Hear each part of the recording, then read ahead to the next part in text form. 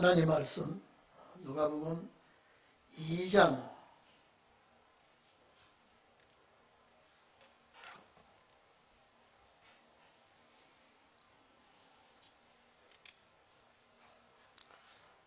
누가복음 2장 40절서부터 우리 47절까지 우리 다 같이 합독하겠습니다. 40절부터 시작. 아기가 자라며 강하여지고 지혜가 충족하며 하나님의 은혜가 그 위에 있더라. 그 부모가 해마다 유월절을 당하면 예루살렘으로 가더니 예수께서 12살 때에 저희가 이 절기에 전례를 쫓아 올라갔다가 그 날들을 마치고 돌아갈 때에 아이 예수는 예루살렘에 머물렀더라. 그 부모는 이를 알지 못하고 동행 중에 있는 줄로 생각하고 하룻길을 간 후 친족과 아는 자 중에서 찾되 만나지 못하매 찾으면서 예루살렘에 돌아갔더니 사흘 후에 성전에서 만난즉 그가 선생들 중에 앉으사 저희에게 듣기도 하시며 묻기도 하시니 듣는 자가 다 그 지혜에 대답하여 기히 여기더라. 아멘. 오늘 우리 본문 내용은 이제 예루살렘의 유월절을 지키고 부모들은 고향으로 가는데 이 어린 예수님은 예루살렘 성전에 머물러서 변론하는 그 내용, 또 부모가 아이를 잃어버려 가지고 또 예루살렘에 와서 찾아서 이제 대화를 하는 내용, 이런 말씀을 기록되어 있습니다. 여러분, 우리가 제가 전에도 말씀드렸죠. 비행기도 길이 있고 자동차도 길이 있고 자전거 길도 있고 인도도 있고 차도 전용차도도 있고 항해하는 배도 뱃길이 있습니다. 하물며 성경이 천국 가는 길이 정확하지 않으면 엉뚱한 길로 가게 되고 헤매게 됩니다. 그런데 우리 이 길이라고 하는 말씀을 통하여 길이라고 할 때에 하나님의 말씀이지만 역사적으로 찾아가는 길이 있습니다. 역사적으로. 그러나 해석을 찾아가는 길이 따로 있습니다. 우리가 제일 중요한 것은 해석을 찾아 따라가는 길이 정확한 길입니다. 우리 자동차도 옛날에는 이 내비게이션이 없어서 어떻게 차 타는지 모르겠어요. 지금 거기 없으면 아주 꽝이에요. 정말로 그것이 이제는 길잡이가 되는데 그것이 가끔 에러가 나더라고요. 또 고장을 일으켜요. 그러나 하나님의 말씀은 정확합니다. 고장도 안 나고 에러도 안 나고 정확한 길인데, 자, 오늘 이게 본문에 누가복음 2장 이 39절까지에 관해서 어떤 분이 전화가 왔어요. 목사님 전혀 이해를 못했는데 바빴습니다 그래요. 저는 아이고 이번엔 많이 바쁘셨군요 그랬더니 아니요, 목사님 말씀 길 찾아다니는데 막 여기 갔다가 여기 갔다가 쭉 한참 길 찾아다니고 보니 이제 눈에 들어오더라는 거예요. 그래서 저는 바빴다고 바빴다고 목사님 할 때 이번 주간에 바쁘셨습니까? 라고 했더니 아니요, 목사님 말씀을 지시해 준 대로 여기 갔다가 그걸로 쭉 연결해 보니까 예수님의 출생사에 대해서 정확하게 알았습니다. 정확하게 길을 짚어줘서 알았습니다. 그 얘기를 들었습니다. 그렇기 때문에 제가 또 이 얘기를 했습니다. 아기 예수를 제일 먼저 만난 사람은 목자들이다. 누가복음 2장 15절에 사람 대접도 받지 아니하고 정말로 참 낮을 밤삼고 밤을 낮삼아서 양을 치는 목자들에게 나타나고 그래서 이제 그 베들레헴에서 8일 동안 머물고 40일 이상 머물고 8일 만에 할례를 행하고 40일이 지나서 예루살렘에 어린 비둘기 새끼 방부 한 쌍을 가지고 제사를 드리고, 그 제사를 드려 왔을 때에 나이 많은 할아버지 시몬이 아기 예수를 만났다. 그 시몬이 이제 아기 예수를 만났는데, 그 시몬은 그 당시에 세상이 악하다 그랬죠. 혼란스럽습니다. 어두움이 땅을 덮고 있었습니다. 정치가 부패했습니다. 그래서 시몬이 낙붙일 데가 없어요. 그래서 메시아를 기다리며 예루살렘의 위로자를 기다렸다가 성령이 그에게, 너 죽기 전에 메시아를 만날 것이다. 성령이 너가 죽기 전에 메시아를 만난다고 하니, 여러분 듣는 중에 제일 반가운 거 아닙니까? 여러분도 이런 주의 음성이 말씀을 통하여 임하기를 바랍니다. 그래서 시몬이 그 많은 아기들을 데리고 부모가 오는 그 중에 딱 보니까 성령이 그를 눈을 열게 했기 때문에 어린 저 아기가 나라와 민족을 살릴 메시아구나 라고 그 아기를 안고 축복을 하고, 또 마리아에게 참 험난한 일이 앞으로 부닥칠 것이라고 하고, 그 다음에 자 안나라는 노종이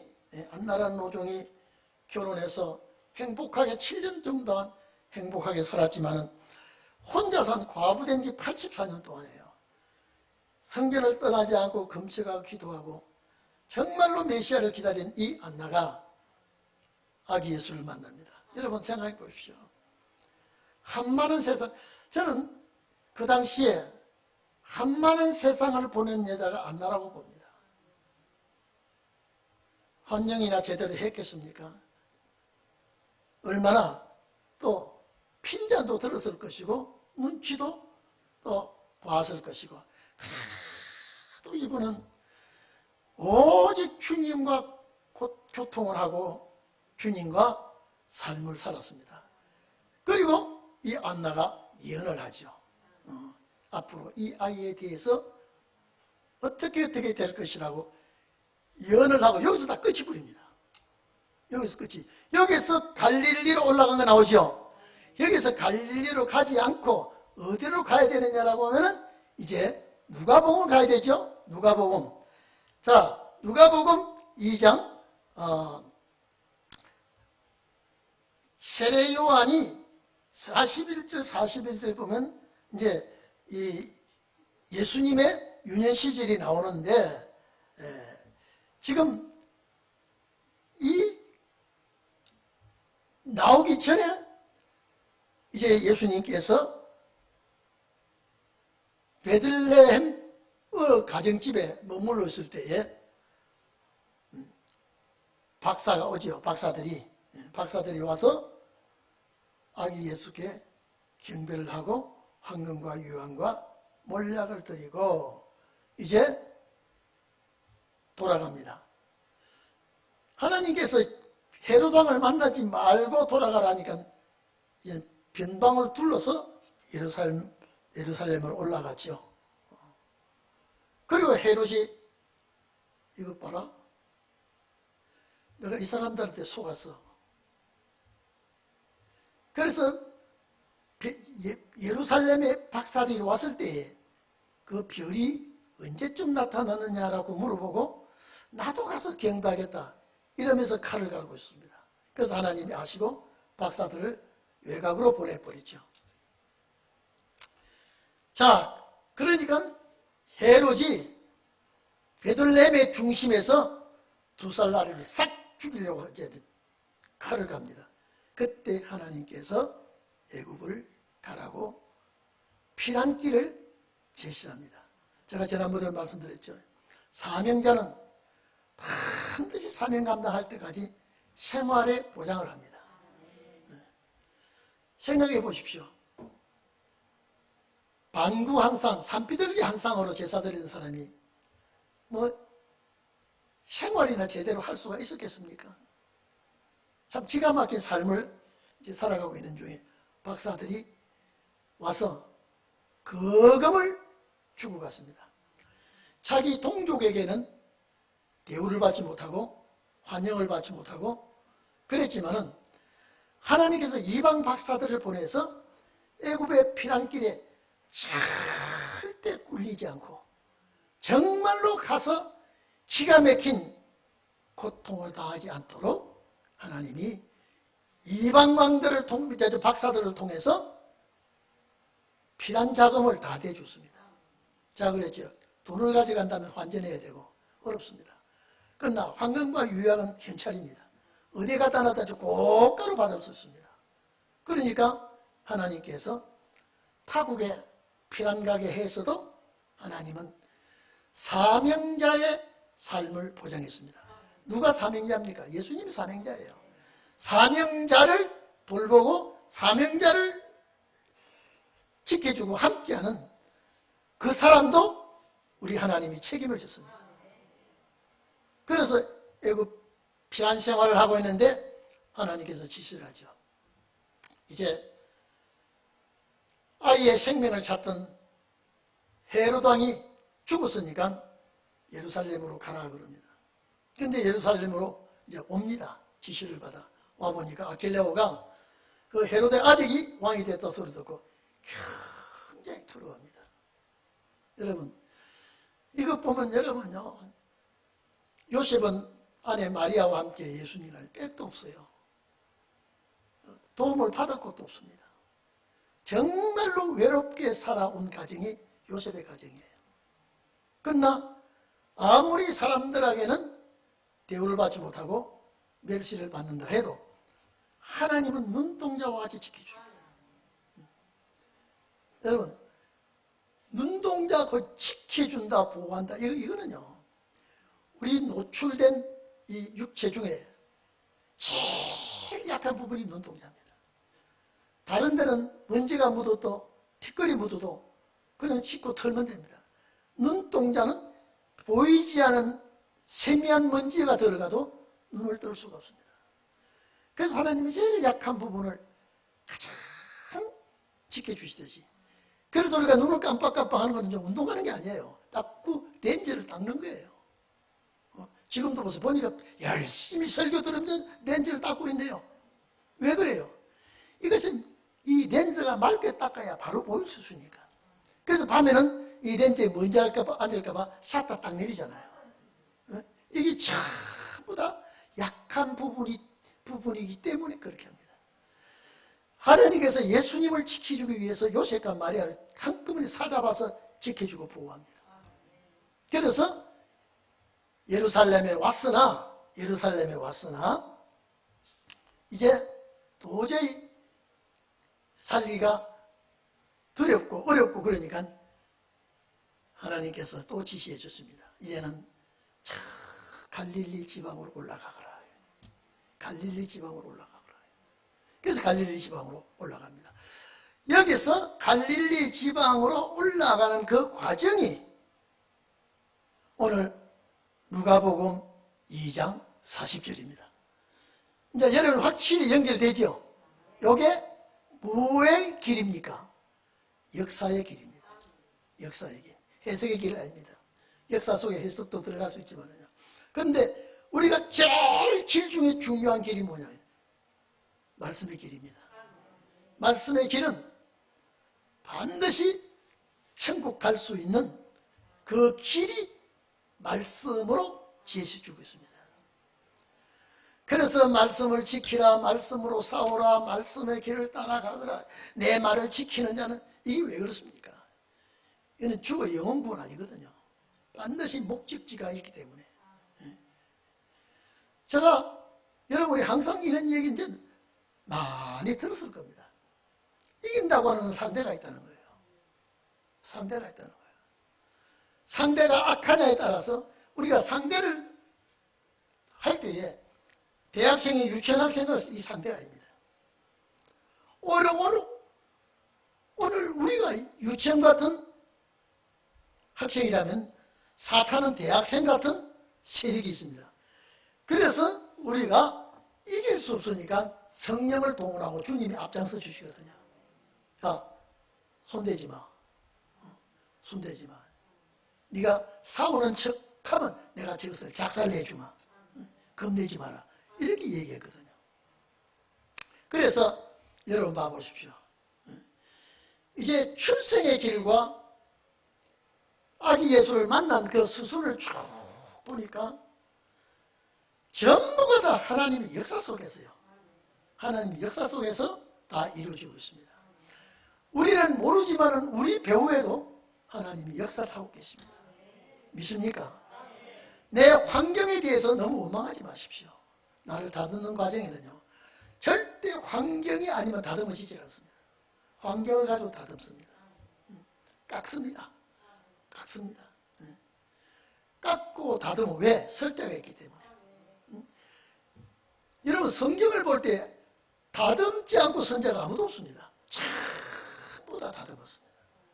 크면 클수록 다듬는 기간이 깁니다. 제가 늘 말씀드렸잖아요. 큰 그릇은 크게 다듬고 적은 그릇은 적게 다듬는데, 소주잔같이 작은 그릇 다듬는 건 간단합니다. 그러나 큰 항아리 같은 다듬는 거는요, 깨지기도 쉽고 좀처럼 신경을 써서 다듬어야 됩니다. 그래서 귀하게 쓰려고 다듬고, 그리고 하나님이 쓰시는데도요, 일회용 그릇이 있고 영구적인 그릇이 있습니다. 일회용 그릇은 아무 가치가 없이 잠깐 쓰고 폐기처분하는 것이 일회용 그릇입니다. 오늘 여러분들은 영구적인 그릇이 되기를 바랍니다. 영구적인 그릇이 된다, 이 말이죠. 자, 그러면 여러분들도 이제 누가복음 1장, 2장 39절까지 쭉 돌다가 마태복음 2장 한 바퀴 돌고 다시 누가복음 2장 40절까지 딱 와가 이제는 갈릴리에서부터 주님이 이제 생활하시는 그 역사가 이제 나타난다, 이 말이죠. 그래서 우리가, 저도 그분이 얼마나 좋아하는지 몰라.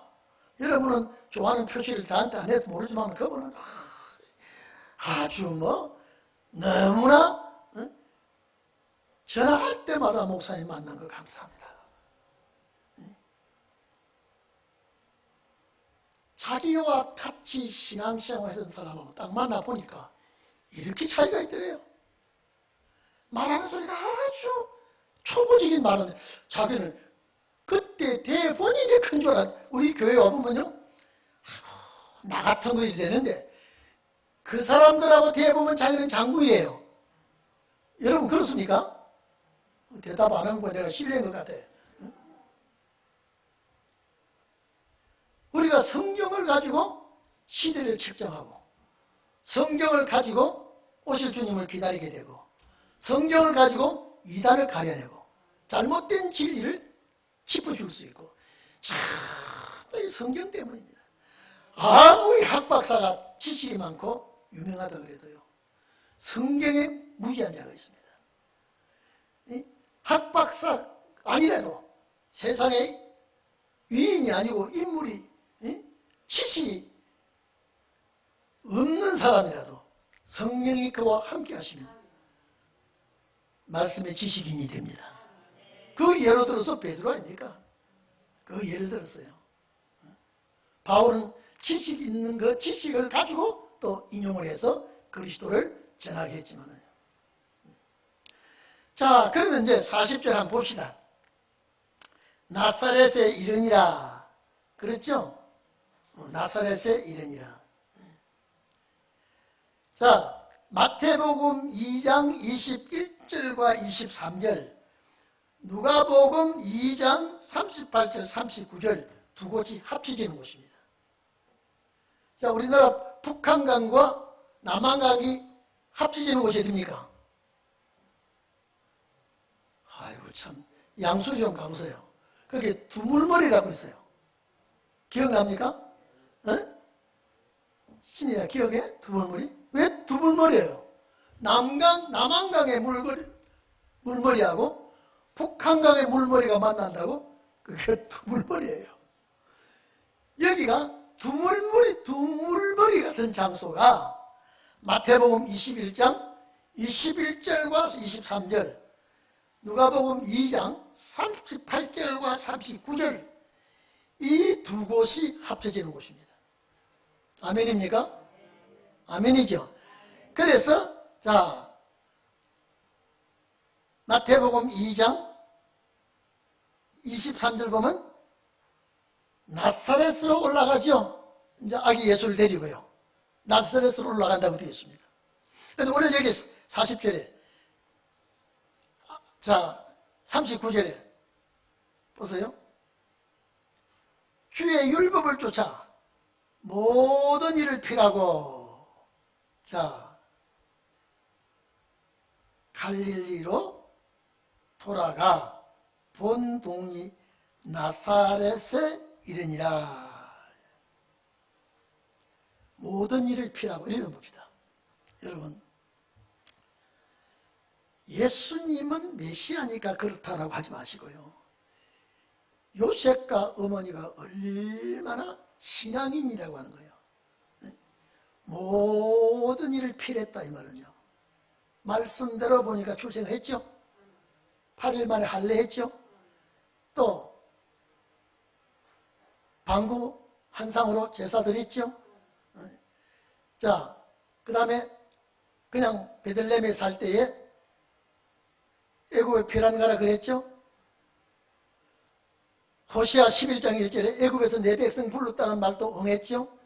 그냥 모든 하나님의 백성으로서 갖출 것을 다 갖춘 다음에 이것이 타관살이의 한 면입니다.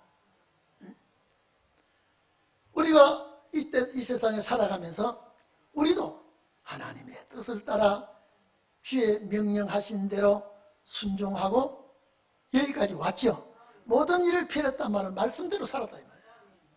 말씀대로 살았다. 그리고 이제 어느 지방으로 올라왔어요? 갈릴리 지방으로 올라갑니다. 왜 갈릴리 지방으로 가서 살게 합니까? 이사야 9장 1절을 이루기 위해서. 이방 갈릴리, 큰 구원의 빛이 갈릴리에서부터 비춘다 그랬죠. 말씀을 따라 갈릴리에 가서 삽니다. 그리고 갈릴리 지방은 넓으니까 나사렛 동네에 가서 딱 삽니다. 자, 베들레헴 동네에서 태어난 예수가 피난길을 거쳐서 다 아버지 어머니와 함께 타향살이에 어린 것이 다 이런 것 저런 것 다 보면서 갈릴리 지방으로 와서 또 아버지 어머니와 함께 나사렛에 가서 삽니다. 나사렛에 가서 다른 동네 가서 살아도 돼요. 그래서 나사렛 사람이라는 소리를 듣게 하기 위해서 또 그 빈촌에 가서 삽니다. 여러분, 하나님의 뜻이라면 어디든지 갈 수 있다 없다?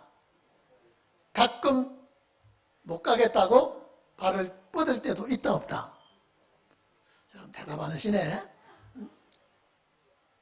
우리 사는 사람이요 참 이렇습니다. 달 땐 삼키고 쓰면 내뱉어 버립니다. 좋을 때는 막 언급부터 좋아합니다. 싫으면 당장 원수씨앗이 같이 외면을 하고 말도 안 합니다. 절대 저 친구를 바라보러 가는 사람은요, 나를 해롭게 하는 사람은 더 가까이 해주세요. 주님 그래서 원수를 사랑해라 그랬거든요. 우리는 그렇게 못했죠. 너 말 안 하면 나도 안 해. 너 그렇게 하나 나 이렇게 하나. 이는 이로, 눈은 눈으로 갚아. 이게 율법시대입니다. 그러나 주님은 사랑의 계명은 그렇지 않다 그랬습니다.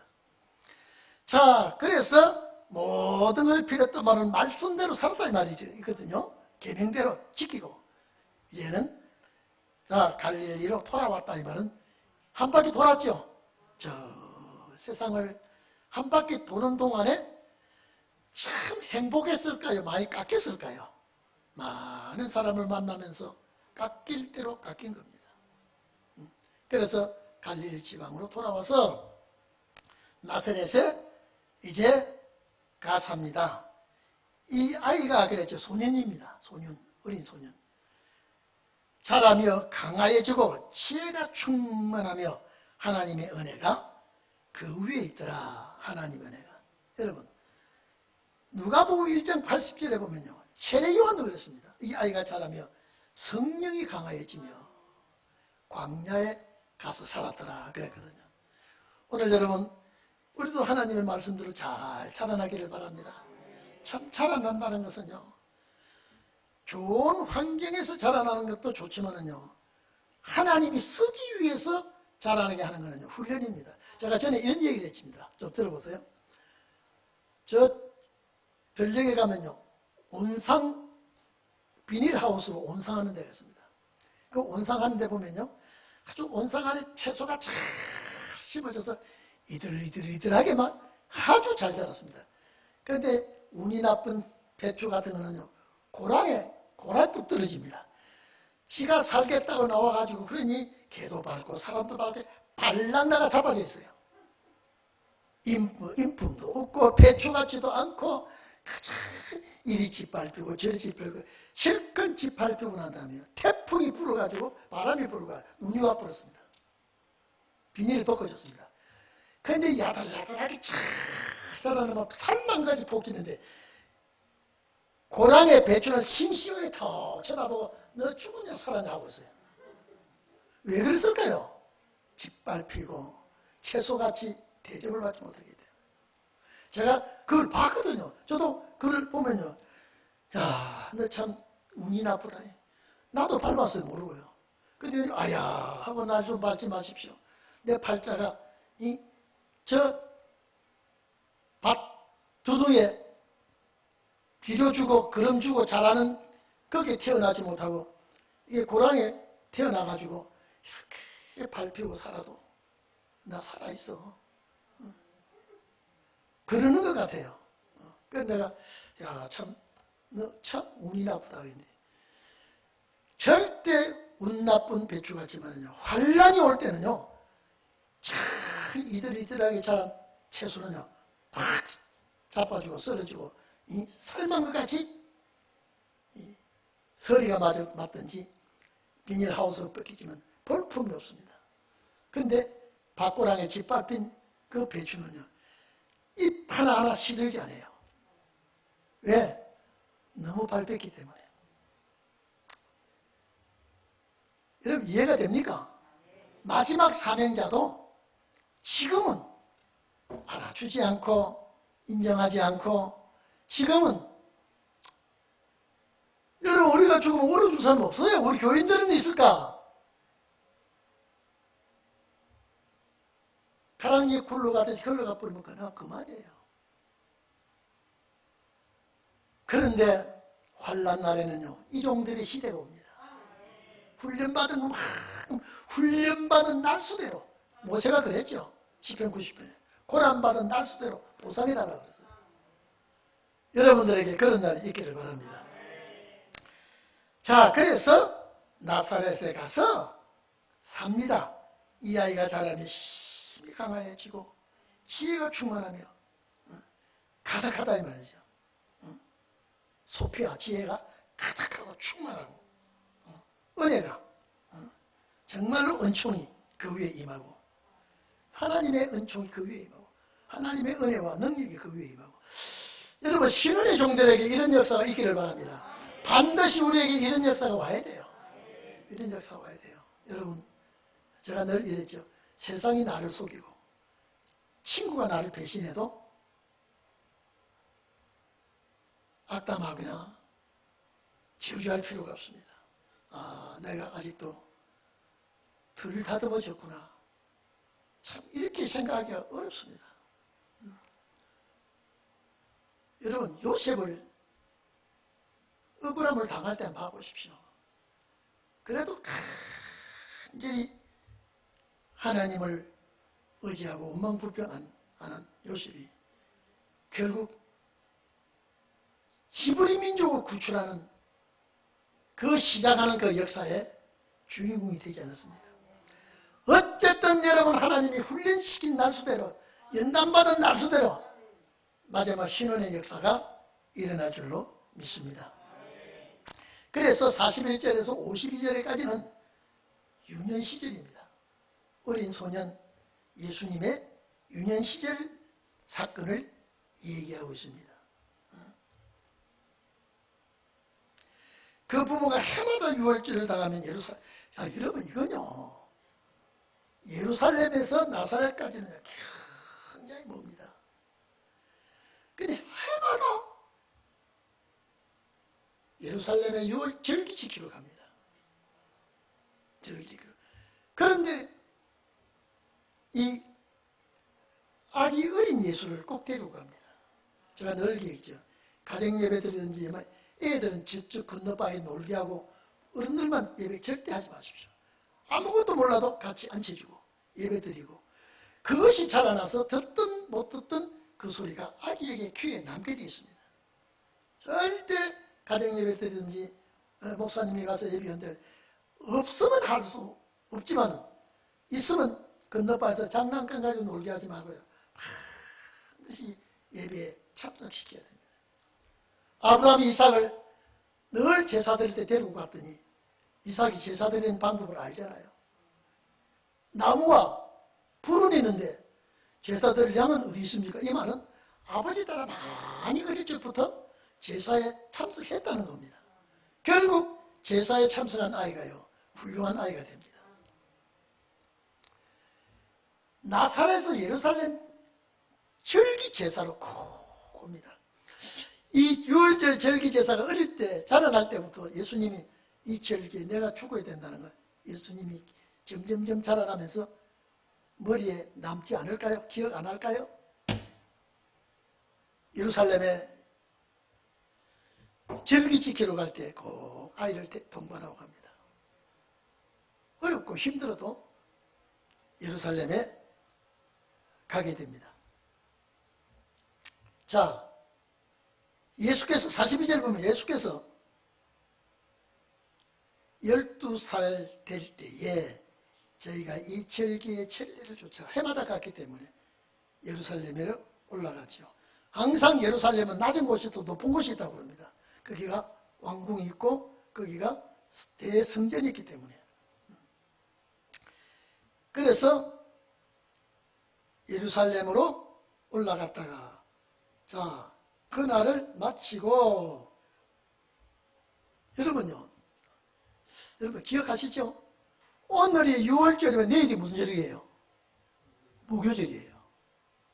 그럼 반드시 절기를 지키면요, 한 주간 지킵니다.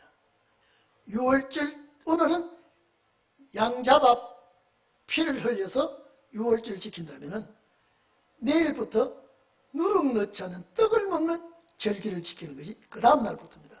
그래서 항상 6월절 지킨다라고 할 때도 때로는 무교절 이런 말도 합니다. 섞어서 사용할 때가 많이 있습니다. 그래서 나중에 신약시대 와서는 6월절은 예수님의 피요, 무교절은 예수님의 몸을 상징하거든요. 그래서 둘을 섞어서 말할 때가 많이 있습니다. 그런데 이 절기 지키러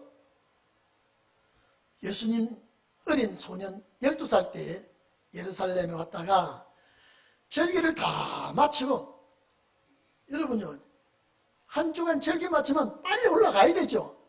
집안일이, 여러분요, 집안일이 많이 밀려있을 거예요. 빨리 가야 되겠다고 설쳐가다가 늘 엄마 아버지 함께 가는데 정신없이 빨리 가야 되겠다고 쫓아가다 보니까 이 애가 따라오는 줄만 알고 있다가 가끔 돌아보기라도 했을 텐데 그냥 올라가서 딱 보니까 없어. 하루길로 갔다가요. 자, 여러분, 해초리 가지고 엄마 아빠를 이렇게 놀래게 하더니 해초리가 때려야 돼, 안 때려야 돼요? 하루길로 갔어요. 없어. 그러니까 뭐 절기에 가는 사람 오는 사람 꽉 갔는데 아무리 눈을 닦고 봐도 아들이 안 보이는 거예요. 또 찾아 내려옵니다. 여러분 같으면 이 영감아, 그렇게 안 챙기고 뭐 했냐고, 너는 뭐 해서 안 챙기고, 이런 소리가 있을 법하다 안 하다? 대답하, 참 여러분 지혜롭네요. 이래 대답하면 야단 맞을 것 같고 저래 대답해도 야단 맞을 것 같고.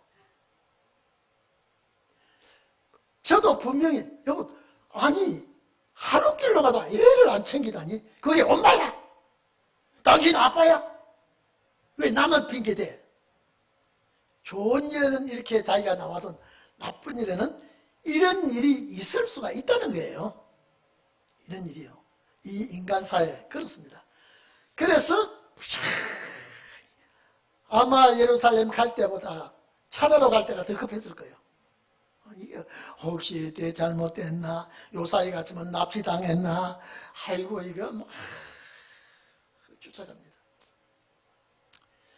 그 부모들의 마음은 분명히 우리가 이해가 되고도 남죠. 부모 대본 사람 다 압니다. 참 야단났습니다. 자, 그런데 여기 봅시다. 예루살렘에 머물러 있죠. 그 부모는 이를 알지 못하고 동행 중에 있는 줄로만 생각하고 하룻길을 간 후에 친족과 아는 자 중에서 찾되, 친족은요 친척입니다. 그 뭐 친척도 모두 동행이 가니까 아이고 우리 예수 못 봤어? 친척들 중에 우리 예수 못 봤어? 또 낯선 사람 중에 요렇게 생긴 아들 못 봤어? 그러면서 막 종종 구름치고 찾는 거예요. 그래 찾아도 찾지 못했죠. 그래서 이제 이렇게 찾고 아마 불러가면서도 갔을 거예요. 여러분 막 안 부르겠어요? 예수야 예수야 우리 예수 못 봤어요?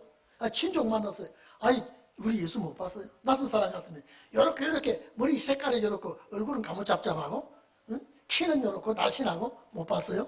아마 이러면 갔을 거예요. 지금 우리의 성경에는 없어도. 그래서 이제 자 찾으면 예루살렘에 돌아갔더니 찾으면서 사흘 후에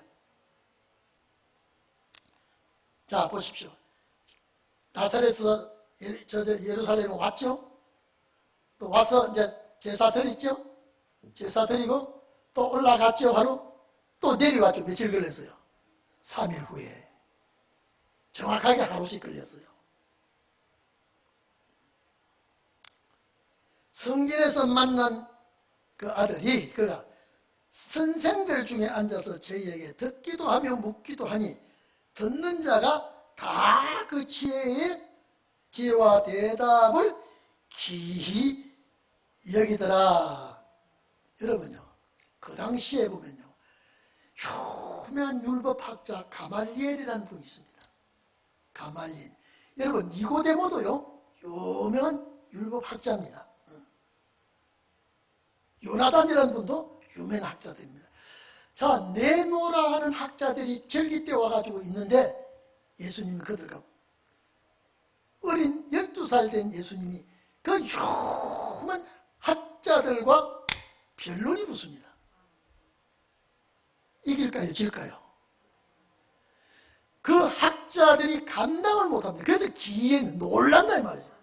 얘가 도대체 천재야. 아니 율법의 천재야 얘가. 학자들도 기함을 합니다. 학자들도요. 왜 그럴까요?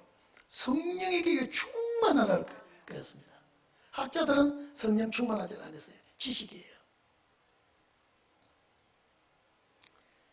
그래서 자 묻기도 하고 듣기도 하니까 그 예수님의 말씀 한마디 한마디 그 지혜가 얼마나 명철한지 귀히 여기더라. 놀랐다 이 말이죠.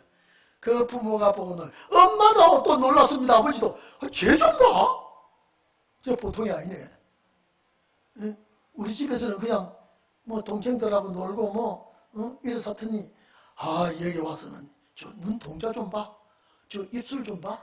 저 학자들이 기함을 하고 놀래네.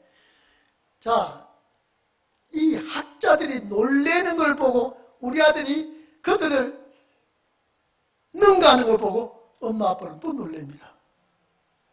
놀래는 거 두 가지가 있습니다. 하나는 지식자가 어린애를 보고 놀라고 부모는 그 유명한 학자들을 굴복시키니까 놀라고, 우리는 이쪽도 보고 놀라고 저쪽도 보고 놀라고. 부모들이 놀랍니다. 부모들이요. 왜? 성령이 충만하다 그랬죠. 성령이 충만한 자는 하늘 땅 아래서 당할 자가 없습니다. 바로 여러분들에게 신원의 역사가 너점이 성령이 임하면 당할 자가 없을 겁니다. 당할 자가 없을 거예요. 얼마나 감사합니까?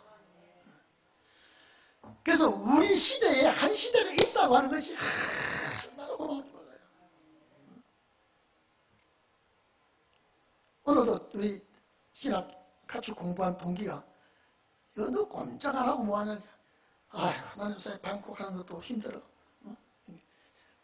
저 이태리에서 선교사 우리 신학교 동기가 하나 왔는데 이번에 식사 같이 하자고 모이자 그러는데 박 목사가 와. 내가 생각해보고 그 목사가 이제 선교사가 이제 한국 와가지고 왜 왔대 그러니까 뭐 들어봐야 알지. 그러면서 이제는 갈 때까지 다 갔고 이제는 다 갔고 이제 남은 거는 천국 갈 길만 남았다는 거예요. 그래서 신혼의 날은 누가 하고? 네? 얼마나 밤새 우리 까목사 노할 때 들어봤잖아요. 참 이렇게 어두워졌구나. 성령이 충만한 자는 방해낼 자가 없습니다. 신혼의 역사에 성령의 두루마기를 잊기를 바랍니다. 학박사가 나가 떨어집니다. 자, 그렇다면 유명한 자에게 성령이 임하는 게 좋아요? 비리비리한 배삼룡 같은 사람에게 성령이 임하는 게 좋아요? 1번은 학박사, 2번은 배삼룡 같은 사람. 여러분, 배삼룡이 얼마나 웃기고 이주일이가 보냈으면 못나서 미안합니다. 못나서 미안합니다. 참 우리가 참 미련하고 어리석고 나타내지 못해서 미안합니다. 그러나 다듬고 깎고 문안대를 쳐서 떼어내고 낫게 만들어 신혼의 날에 딱 드러내면요 정금같이 나오게 됩니다. 그날에 신원받은 훈련 연단받은 거 다 꿈결같이 날려버리고요. 그 축복의 날이 올 줄로 믿습니다. 자, 부모들도 놀랍니다. 아버지가 말하죠. 어머니가 말하죠. 아이야, 어찌하여 우리에게 이같이 하였느냐. 뭐라 내 아버지와 내가 근심하여, 여기 근심하다 이 말은 고통을 받았다 이 말입니다. 괴롭혔다. 네가 나를 괴롭혔다 이 말이야. 고통을 줬다 이 말이야. 근심하여 너를 찾았노라. 아주 힘이 붙였다 이 말이야. 힘이 붙였어. 너 찾느라고. 예수께서 가라사대 어찌하여 나를 찾으셨나이까. 아니 얘가 엄마 고생했지. 아이 미안해. 아이고 미안해. 나 절대 안 해. 어찌하여 내 찾았나 이 말이야. 내가 아버지 집에 있어야를 모르면, 아니 아버지가 갑자기 둘이 생겼어요. 예? 아니 예수님이 갑자기 아버지가 둘 생겼다니까. 자기 아버지 또 있죠? 있죠? 누구예요? 요셉이죠. 내가 내 아버지 집에 있어야 될 줄 왜 몰랐습니까? 이 아버지 누구예요? 갑자기 이 아버지가 둘 생겼어. 우리도 아버지가 둘이에요 지금요. 기억 아니요? 맞아요 안 맞아요? 땅의 아버지와 하나님을. 근데 땅의 아버지는 치지도 않아. 하나님 아버지 감사합니다. 아버지가 돈 벌어서 빵 사줘도 빵 먹으면서 하나님 아버지 감사합니다. 에? 그러니까 친아버지가 이놈아 내가 빵 내가 사왔어요. 아버지가 사왔지만 주신 건 하나님입니다. 얘 좀 봐. 그래서 우리 집안 아저씨가 지금 아들이 어느 날 갑자기 교회가 예수 믿으니까 야 이놈아 예수를 속속들이 믿지 마라. 너 큰일 나겠다. 왜 아버지가 이렇게 이놈아 네가 우리 집의 장소인데 네가 예수자가 되면 제사밥을 나는 못 얻어먹고 굶어 죽는다 죽으면. 그래서 예수를 깊이 믿지 말라고 아버지가 유언을 했어요. 그래서 이 아들이 신앙이 좀 들어가니 아버지 예수 믿어봐요. 그거 안 그런 줄 알아요. 그러니까 예수 믿으면 똑똑해지나 봐요. 아니 너 찾느라고 내가 이렇게 지금 애간장이 다 말랐다는 게 내가 내 아버지 집에 있어야 될 줄 왜 몰랐습니까? 이 아버지가 옆에 있어. 내가 아버지인데? 어?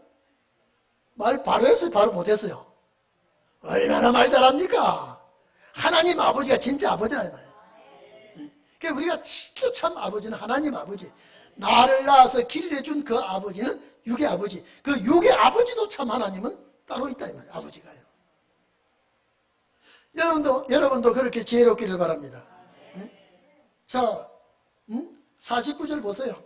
예수께서 가라사대 어찌하여 나를 찾으셨나이까? 내가 내 아버지 집에 있어야 될 줄 왜 몰랐습니까? 내 아버지 집에 있어야 될 줄 왜 몰랐습니까? 오히려 찾으러 와가지고 여러분 아주 막 아빠 참 이리 찾았습니까? 내가 미안합니다. 내가 아이고 따라가야 된다 하지 않고 내가 내 아버지 집에 있어야 될 줄 왜 몰랐습니까? 아버지 엄마가 와가지고 야 얘 좀 봐. 내가 여기 온 게 잘못했나 지금?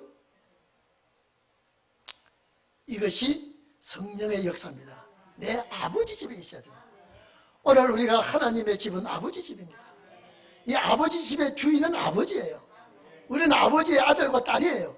그 신의 아들과 딸은 언젠가는 신이 됩니다. 아멘요? 소망이 철철? 소망이 철철? 넘치도소이다. 그래서 우리가 좀 힘들다가도 돌아서 아이고 소망만 생각하면 근심 중에도 기쁨이 온다. 기쁨이 오는 거예요. 또 빨리 나갑시다. 양친이 그 하신 말을 깨닫지. 얘 좀 봐라. 아버지 어머니가 못 깨달아. 너희 아버지 집은 갈릴리에 있어. 갈릴리 나사렛이야. 이것만 알지 예루살렘이 하나님의 집인 줄 양친이 몰랐더라. 자, 영적으로 예수님 이제 신령하죠? 자, 이렇게 자라나기 시작합니다. 누가 당해내겠습니까? 이렇게요. 아마 나사렛에 가서 이렇게 자라면요, 통반장 하라 할 거예요. 에? 나중에 국회의원 나오고 할지도 몰라요. 너 정말로 똑똑하다. IQ가 얼마나 200 넘겠다. 당해낼 수가 없으니까. 어둠이 빛 대신 예수를 이겨낼 수가 없으니까. 여러분, 그렇게 되기를 축원합니다. 예수께서, 자, 한 가지로 내려가사 나사렛에 이르러. 자, 여기 이제 엄마 따라 같이 가죠. 이제 나사렛에 이르러 순종하여 받으시더라. 참 부모를 귀하게 여깁니다. 그 모친은 이 말을 마음에 두니라. 자, 이런 보십시오. 예루살렘에 유명한 학자들과 변론해가지고 학자들이 기절할 정도로 놀래죠. 아주 깜짝 놀래죠. 자, 그리고 내 아버지 집이 있어야 되고, 야, 제가 지금 분명히 나사렛에 아버지 집이 어머니 집이 있는데 그 아버지 집, 어머니 집보다도 내 아버지 집이 여기 있어야 된다고. 근데 어머니는 굉장히 마음에 귀담아 듣고 있습니다. 얘가 이 말은 보통 말이 아니에요. 보통 사람으로서는 할 수 없는 말을 하고 있습니다. 그래서 이 말을 이 말 그랬죠. 오늘은 이 사건들을 이렇게 되어 있습니다. 이 사건들을 마음에 두니라.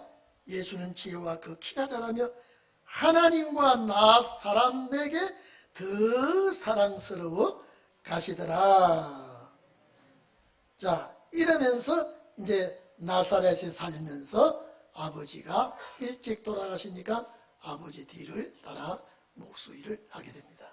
자, 이제 예수님의 출생과 피난길과 다 황금과 유황과 몰약을 받고 애굽 가서 또 살다가 베들레헴 나사렛에 예루살렘에 와가지고 이제 다시 갈릴리 지방 나사렛에 와서 이제 살다가 6월절 때 부모와 함께 예루살렘에 유월절 지키러 왔다가 이런 일이 벌어진 것까지 우리가 이제 눈에 선하죠. 여러분도 같이 이 사건에 동참한 것 같이 느껴집니까? 안 느껴집니까? 느껴지지요. 이게 말씀이에요. 그래서 우리는 이제 다음 수요일 날 3장 공부를 하겠습니다. 3장 공부를 할 때 여러분들이 지역이 이름이 나오고 여러 가지 나오는데 잘 보시면 또 우리에게 주는 교훈이 뭔지 알 수가 있습니다. 그래서